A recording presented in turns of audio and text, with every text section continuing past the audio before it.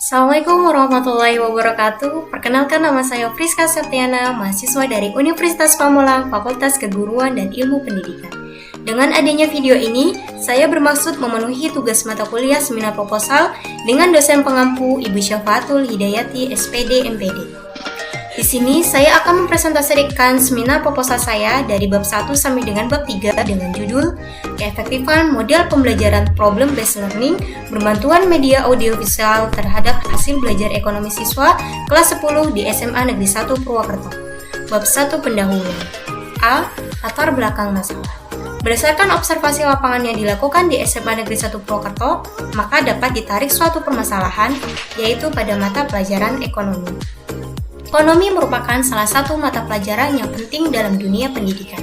Dalam mata pelajaran ekonomi, permasalahannya yaitu yang pertama, dalam proses pembelajaran, siswa kurang didorong untuk mengembangkan kemampuan berpikir.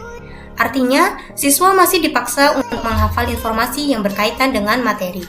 Yang kedua, pembelajaran yang membosankan. Artinya, pendekatan dan metode pembelajaran yang digunakan kurang bervariasi, di mana metode pembelajaran masih menggunakan metode konvensional atau ceramah. Yang ketiga adalah rendahnya rata-rata hasil belajar siswa. Dari permasalahan tersebut, dapat diberikan solusi dengan menggunakan model pembelajaran PBL berbantuan media audiovisual kepada siswa. Identifikasi masalah. Yang pertama adalah rata-rata hasil belajar ekonomi yang belum mencapai KKM.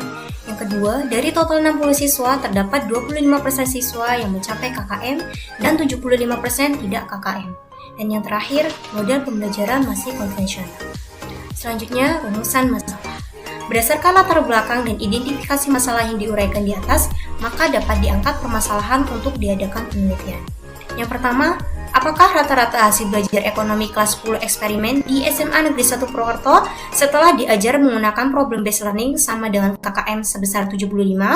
Yang kedua, apakah ketuntasan klasikal pada hasil belajar ekonomi kelas 10 eksperimen di SMA Negeri 1 Purwokerto setelah diajar menggunakan problem based learning melebihi 75%? Dan yang terakhir adalah, apakah terdapat perbedaan yang signifikan antara rata-rata hasil belajar ekonomi kelas 10 eksperimen dengan kelas 10 kontrol di SMA Negeri 1 Purwokerto? Tujuan penelitian. Penelitian ini dilakukan dengan tujuan yaitu yang pertama, untuk mengetahui ketercapaian KKM pada rata-rata hasil belajar. Yang kedua, untuk mengetahui ketuntasan klasikal pada hasil belajar. Dan yang terakhir adalah untuk mengetahui perbedaan yang signifikan antara hasil belajar ekonomi siswa kelas eksperimen dan kelas kontrol. Bab 2. A. Kajian teori. Model pembelajaran problem based learning.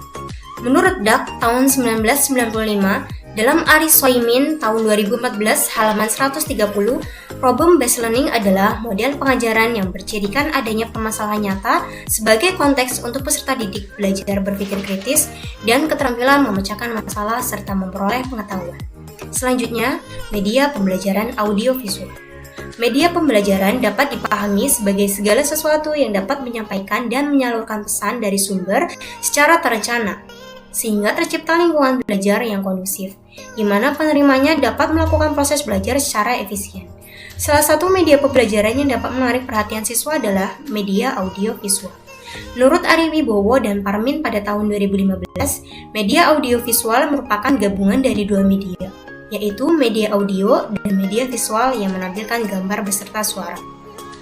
Selanjutnya adalah hasil belajar ekonomi. Hasil belajar ekonomi merupakan suatu kemampuan siswa dalam menguasai pengetahuan sikap dan keterampilan baik mempelajari, memahami, dan mampu mengajarkan atau menjawab pertanyaan-pertanyaan dari materi pelajaran ekonomi di sekolah, masyarakat, dan lingkungan sekitar. Dengan adanya model pembelajaran problem based learning berbantuan media audiovisual ini, diharapkan dapat meningkatkan hasil belajar ekonomi siswa.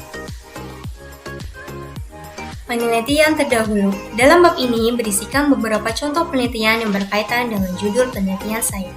Penelitian yang pertama dilakukan oleh Nimade Juwita Dewi yang berjudul Pengaruh Model PBL Berbantuan Media Audiovisual Animasi terhadap Hasil Belajar IPA pada tahun 2017. Penelitian ini bertujuan untuk mengetahui pengaruh model pembelajaran PBL terhadap hasil belajar siswa.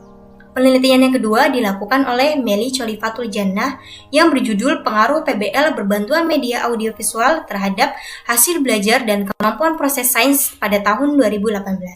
Penelitian ini bertujuan untuk mengetahui pengaruh PBL berbantuan media audiovisual terhadap hasil belajar dan kemampuan proses sains siswa. Kerangka berpikir penelitian.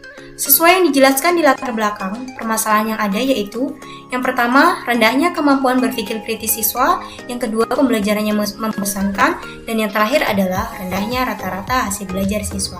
Sehingga dapat diberikan suatu solusi yaitu pemberian model pembelajaran PBL berbantuan media audiovisual di kelas, sehingga dapat meningkatkan hasil belajar siswa. Hipotesis penelitian. Rumusan hipotesis dari penelitian saya adalah model pembelajaran PBL berbantuan media audiovisual sebagai suatu solusi dalam meningkatkan rata-rata hasil belajar ekonomi siswa di SMK Negeri 1 Purwokerto. Bab 3. Metodologi penelitian.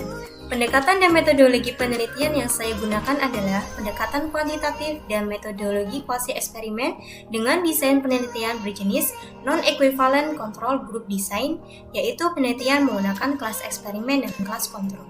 Selanjutnya, populasi dan sampel.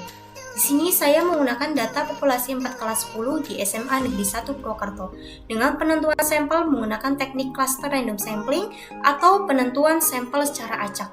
Anggota sampel yang saya ambil yaitu kelas 10 IPS 1 sebagai kelas eksperimen dan kelas 10 IPS 2 sebagai kelas kontrol.